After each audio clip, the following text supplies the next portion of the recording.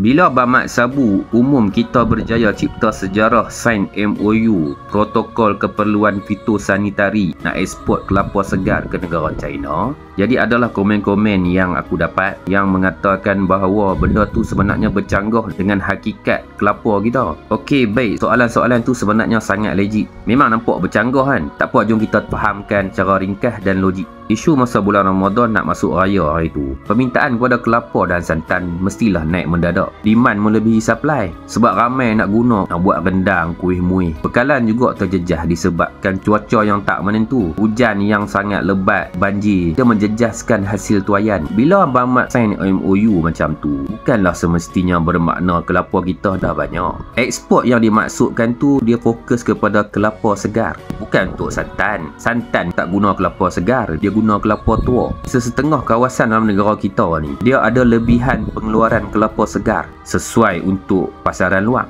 Dan permintaan kelapa segar di China ni sangat tinggi. Jadi dia akan jadi peluang ekonomi. Kerajaan kita di bawah Berhad Sabu KPKM nak ambil peluang ni, bantu pekebun-pekebun tempatan kita. Boleh faham kot noh?